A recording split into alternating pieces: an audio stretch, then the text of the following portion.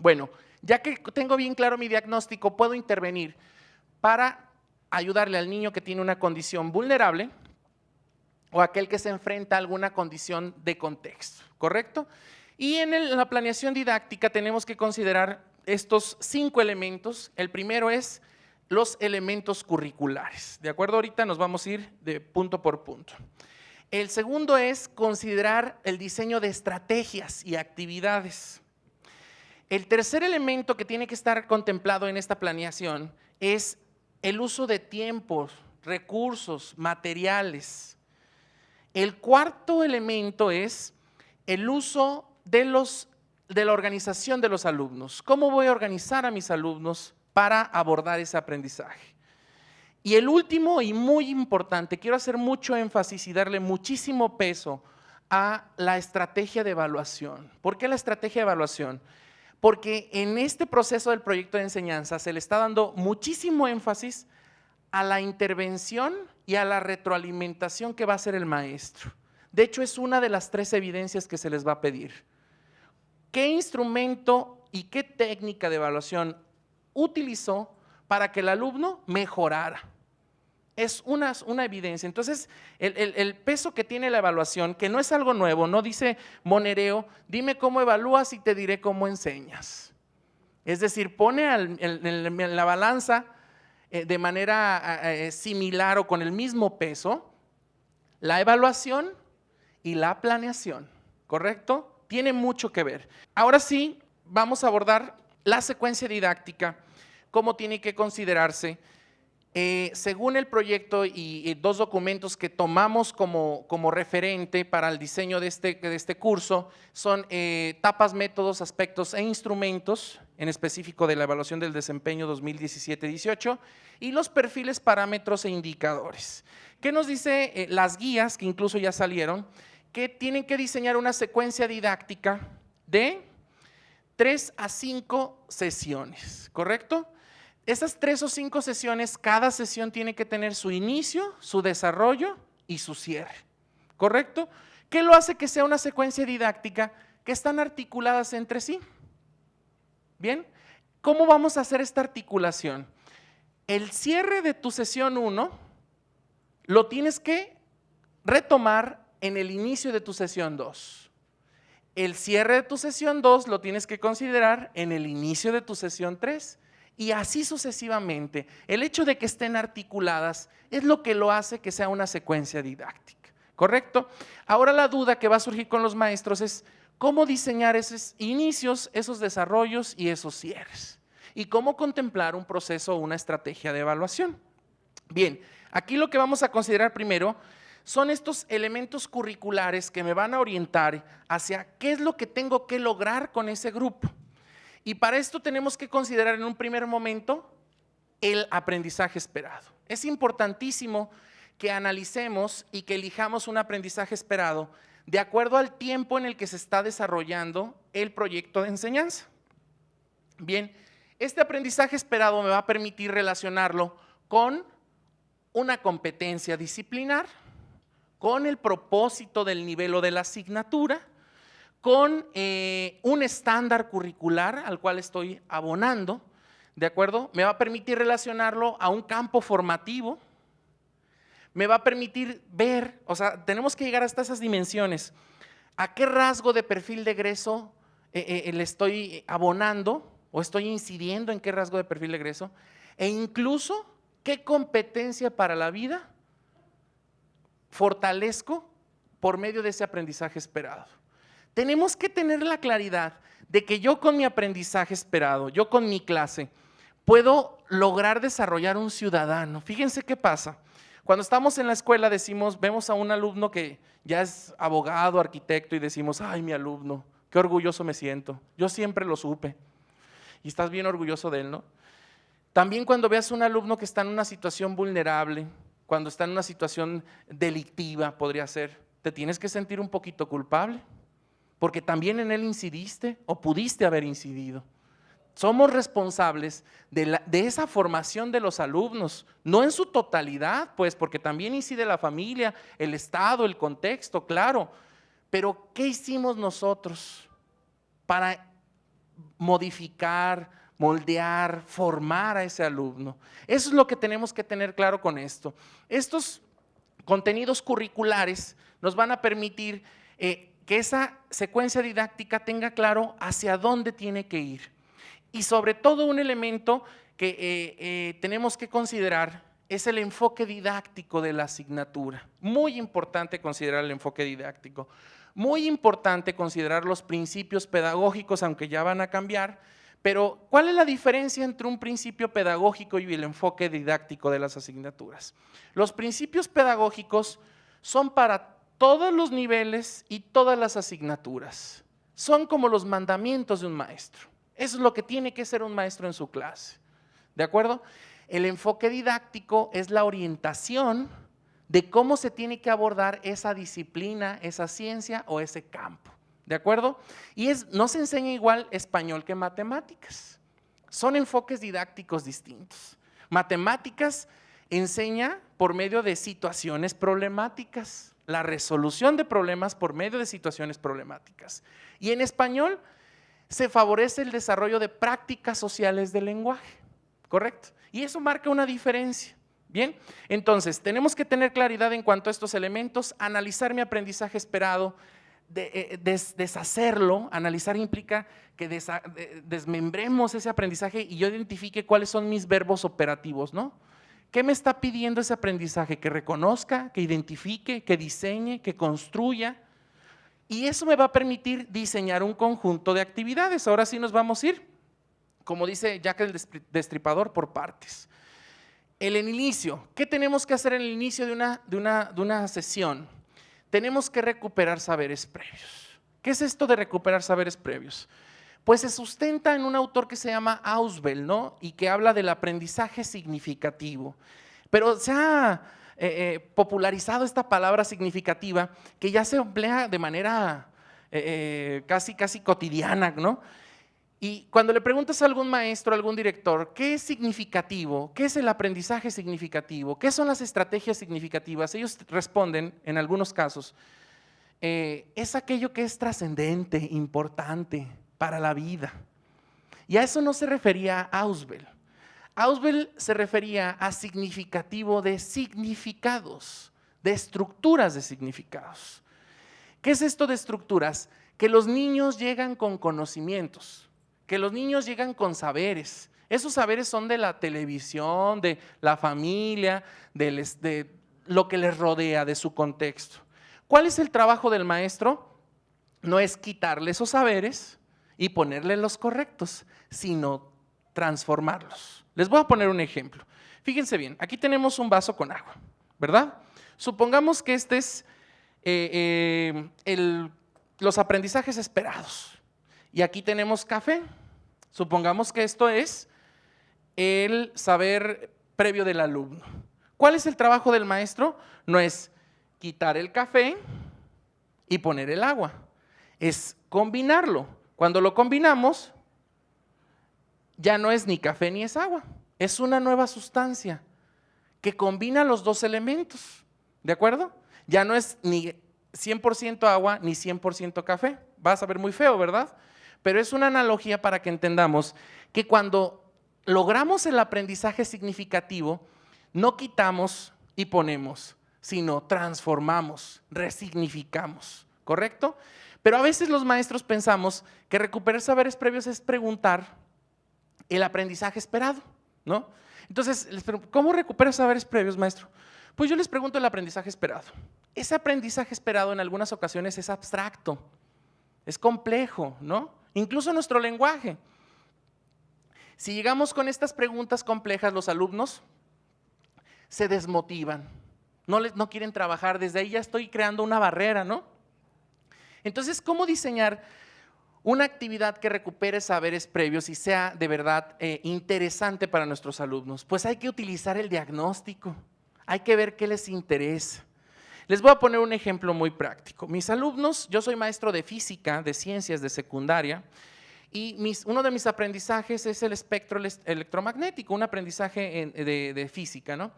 Si yo llego con los alumnos y les pregunto, Niños, ¿qué es el espectro electromagnético? Porque ese es mi aprendizaje esperado. Los niños contestan, no sé, no me interesa y hoy no pienso trabajar. Los niños no me contestan el no pienso trabajar así de manera directa.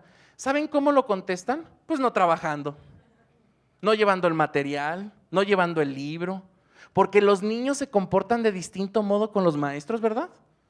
Con unos sí llevan todo el material, con unos sí trabajan y con otros necesitamos transformar las estrategias, necesitamos analizar nuestra práctica, ¿de acuerdo? Entonces, cuando transformamos esta pregunta al contexto y los intereses de nuestros alumnos, yo digo, mis alumnos son nativos digitales, eso lo dije en el diagnóstico. Entonces, les pregunto, niños, ¿cómo un celular manda imágenes, textos, videos y no tiene cables? ¿Cómo pasa esto? Esto que están viendo ustedes, que están así conflictuados porque también utilizan celulares y dicen, ah, caray, sí es cierto, no lo había pensado. Eso tiene un nombre, eso se llama reto cognitivo. ¿Qué es el reto cognitivo? El reto cognitivo es que ustedes se conflictúen, que los niños se den cuenta que eso tiene algo interesante.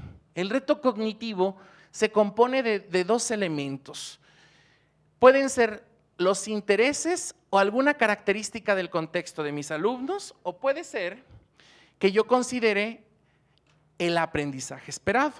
Tengo que hacer una relación entre estos dos. El reto cognitivo tiene dos elementos y tiene tres momentos. ¿Cuáles son los tres momentos del reto cognitivo? Cuando planteas el reto cognitivo y cuando superas el reto cognitivo, ese sería el final. Dentro de estos dos momentos o entre estos dos momentos está cuando él construye sus significados, cuando él transforma la información.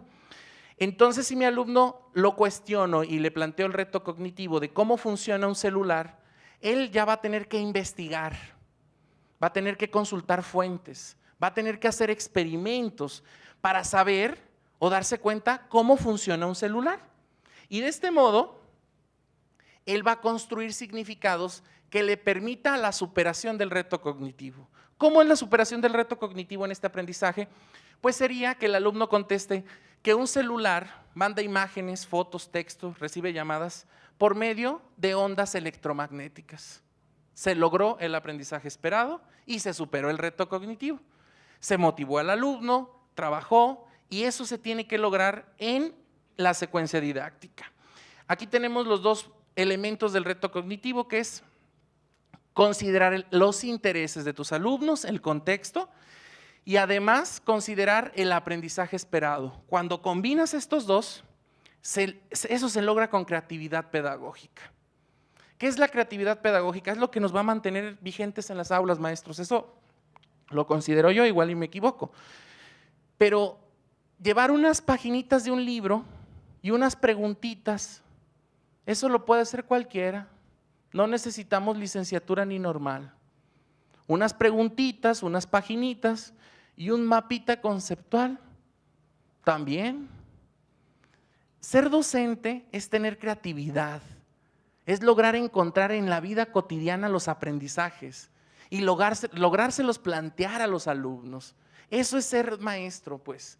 Eso es situar el aprendizaje, que el alumno entienda que aquello que está a su alrededor lo puede explicar por medio de la escuela, ¿de acuerdo? Ese es el reto cognitivo. Bueno, para contemplar el inicio, voy a recapitular un poco. Se tiene que analizar el aprendizaje esperado, se tiene que recuperar saberes previos y se tiene que plantear un reto cognitivo, ¿correcto? En el desarrollo, ¿qué tenemos que hacer en el desarrollo? En el desarrollo tenemos que contemplar la búsqueda en al menos 3 fuentes de información. ¿Cuáles son estas 3 fuentes de información? Pueden ser el libro de texto, fuente número 1, fuente número 2, internet, puede ser fuente número 3, los padres de familia. Si no hay internet, entonces que les pregunten a los mismos compañeritos, los mismos niños pueden construir ideas, pueden construir conceptos, no hay ningún problema, pero la idea es de que el niño entienda que esa información de esas 3 fuentes se tiene que discriminar, se tiene que seleccionar y se tiene que organizar. ¿De acuerdo? Ese es el proceso que se tiene que cumplir.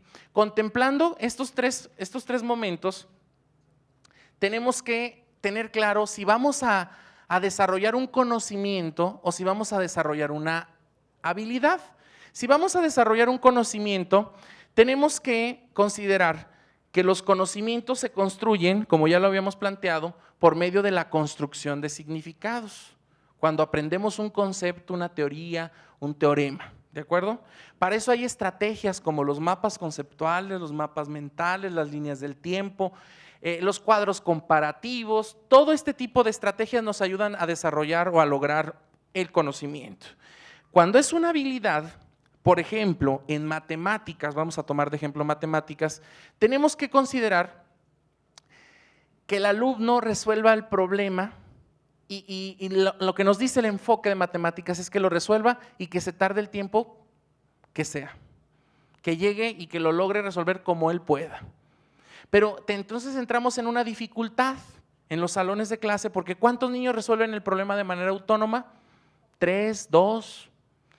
Aquí es donde entra la estrategia y la importancia del trabajo colaborativo en matemáticas. ¿Qué tienen que hacer esos 3 o 2 niños?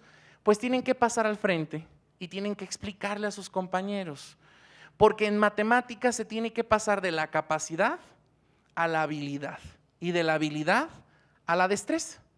Pero no se pasa de uno a otro con la repetición. Ese es un error que cometemos en las aulas. El niño se tarda una hora en resolver un problema y decimos, para que se haga hábil, para que pase de la capacidad a la habilidad, le voy a dejar 20 problemas. Pues se va a tardar 20 horas. Antes de que yo le deje esta repetición, tengo que darle una estrategia. Cuando le damos estrategias o los compañeritos se comparten estrategias, entonces ahora ya viene la repetición. Para puntualizar esto, de la capacidad se pasa a la habilidad gracias a una estrategia. Y de la habilidad se pasa a la destreza gracias a la repetición. Vamos a poner un ejemplo muy claro. Supongamos que alguien sabe nadar de estilo perrito, ¿no? Y le dice el instructor, para que te vuelvas hábil, nada 20 horas mediante ese estilo. Pues no se va a convertir hábil nunca. Necesita que el instructor le dé una técnica, le dé una estrategia. Y entonces, ya que tiene y domina la técnica y la estrategia, nada más repite. Por eso en las albercas, o cuando vas a clases de natación, en los 2 primeros carriles están los que no dominan la técnica o la estrategia. Les están enseñando. Y conforme van avanzando los carriles, están los que lo dominan. Incluso el del último carril ni siquiera escucha al instructor, está repitiendo todo aquello que se hace. Es igual en matemáticas, es fundamental el trabajo en colaborativo, que los niños se compartan estrategias y que de ese modo se pase de la capacidad a la habilidad y de la habilidad a la destreza. Eso se tiene que hacer en el desarrollo. En el cierre,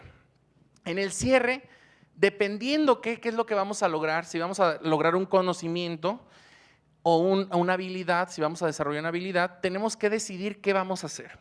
Si es un conocimiento, tenemos que entrar en estrategias de almacenamiento de la información, ¿de acuerdo?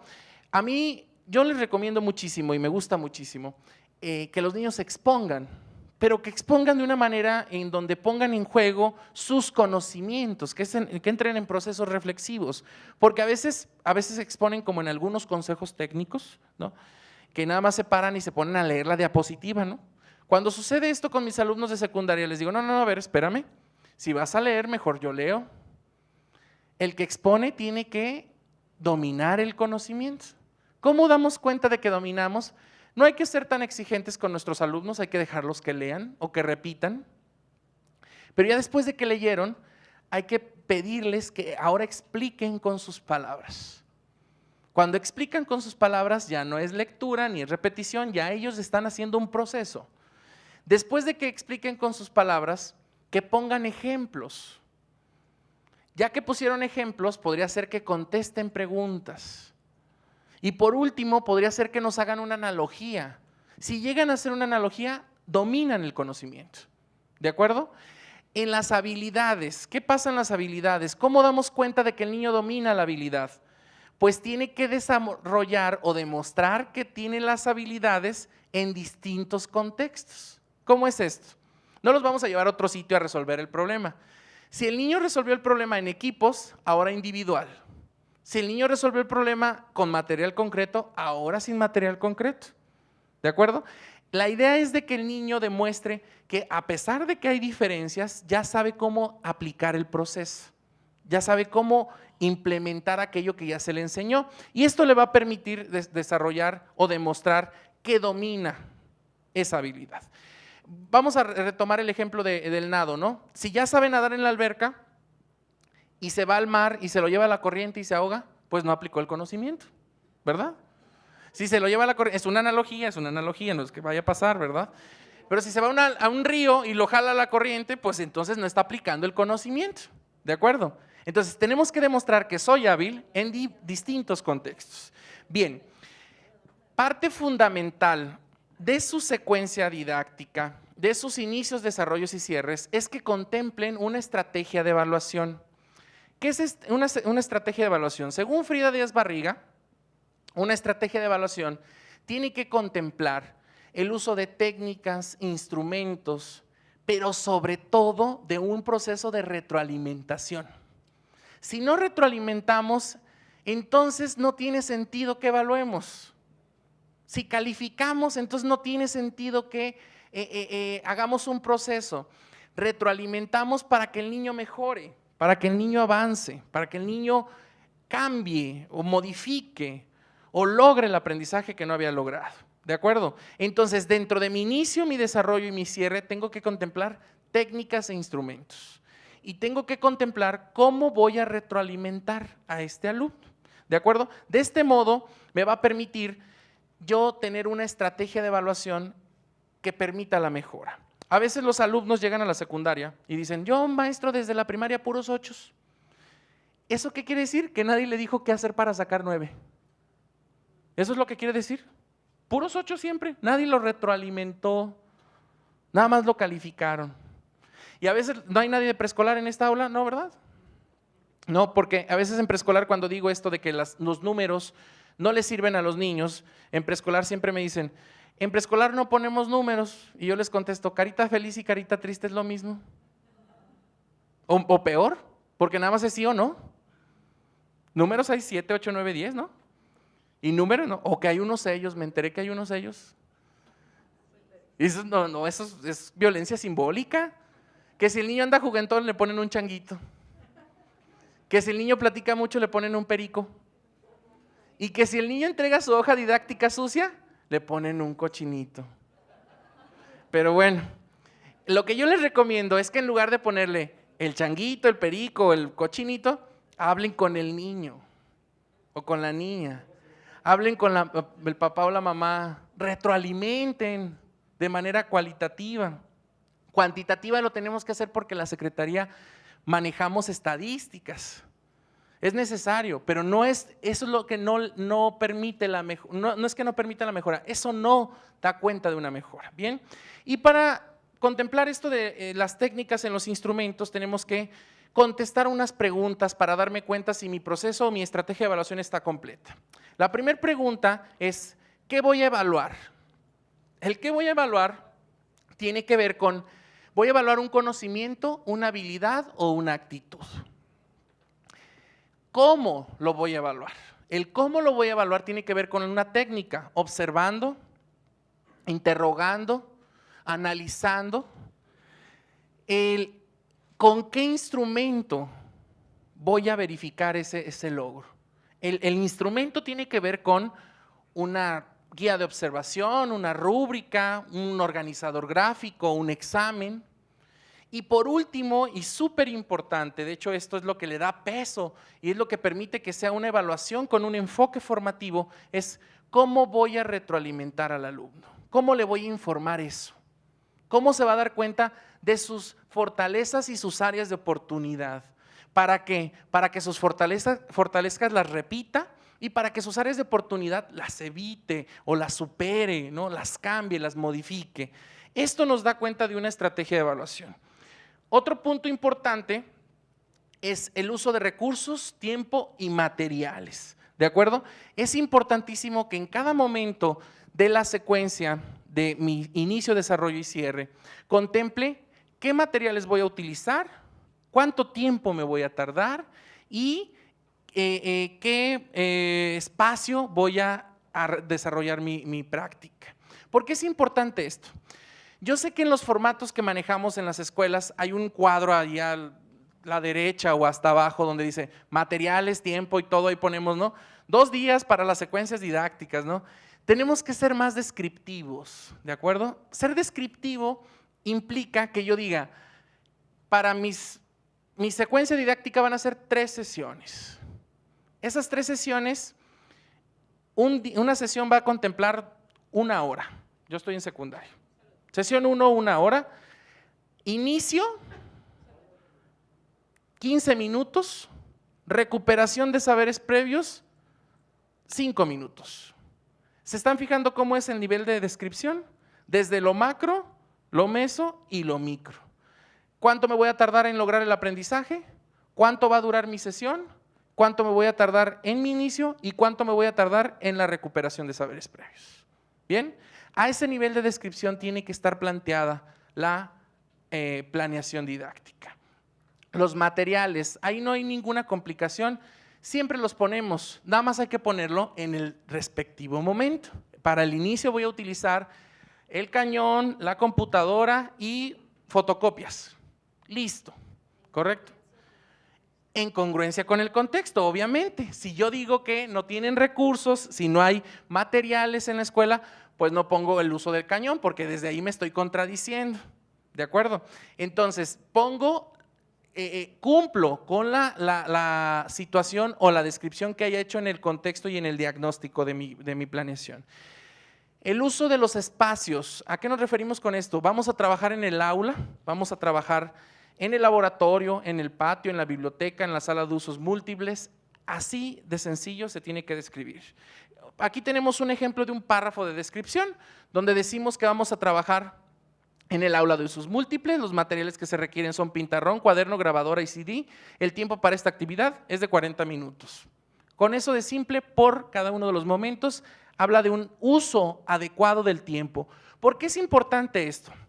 Porque recuerden que tenemos que demostrar 2 cosas, eficacia y eficiencia. Que utilice los tiempos, los recursos, los materiales para lograr el objetivo que es el aprendizaje esperado. ¿Correcto? Ok, otro punto importante es la organización de los alumnos. ¿Cómo voy a organizar a los alumnos? Van a trabajar, aquí tenemos 3 ejemplos. Tengo que decir cómo los organizo y cuál es la intención didáctica de esa organización. Porque lo que sucede a veces es, niños, organícense en equipos. No, maestro, hoy no queremos trabajar en equipos. Bueno, así individual quédense. Ahí no hay ninguna intención. Tengo que contemplar que yo digo, en el inicio vamos a trabajar de manera grupal para socializar los saberes previos, para que todos comprendamos qué es lo que sabemos de los demás. En el desarrollo va a ser en equipos para que el alumno de alto desempeño le ayude al de bajo desempeño. Desde ahí ya estoy diciendo mi intervención, ¿verdad? En el cierre vamos a trabajar de manera individual para que el alumno demuestre que sabe, demuestre la habilidad, reflexione sobre su proceso, desarrolle su autonomía. Entonces, esto es un ejemplo, no es una fórmula, es un ejemplo. Si ustedes quieren trabajar al inicio de manera individual, háganlo. Justifiquen por qué. Si quieren trabajar en el desarrollo de manera grupal, excelente. Hay que decir cuál es la intención de eso. Todo lo que hagamos en nuestras clases tiene que tener una intención. Un día estaba yo de coordinador en una secundaria y el maestro me decía, maestro, ¿me permite el audiovisual? ¿Cómo no, maestro? Me comenta o me muestra su planeación para relacionarlo con el aprendizaje esperado o qué película van a ver. Ah, no, mejor no vemos nada. Todo lo que hagamos en la escuela tiene que impactar en los aprendizajes. Tiene que tener una intención. Si no, pues entonces, ¿cuál es el sentido que estemos ahí? No somos niñeros ni es guardería. Estamos ahí para que los niños aprendan, ¿correcto? ¿Qué sentido tiene que yo diga cómo conviven mis alumnos? El sentido se lo voy a dar en el diseño de las actividades. ¿Qué sentido tiene que diga cómo conviven mis alumnos? El sentido se lo voy a dar cuando diseñe la forma de organización grupal. ¿Qué sentido tiene que diga qué materiales, qué recursos tengo en la escuela? Porque los voy a utilizar o voy a cubrir o voy a resolver ese problema en la escuela. Pero lo voy a hacer de manera intencionada. Todo aquello que yo diga en el contexto y en el diagnóstico, lo voy a volver no lo voy a volver a repetir, lo voy a considerar en el diseño de mi planeación. ¿Y en qué momento voy a reflexionar sobre mi proceso, sobre mi intervención? Cuando evalúe con las tareas evaluativas del momento número 3.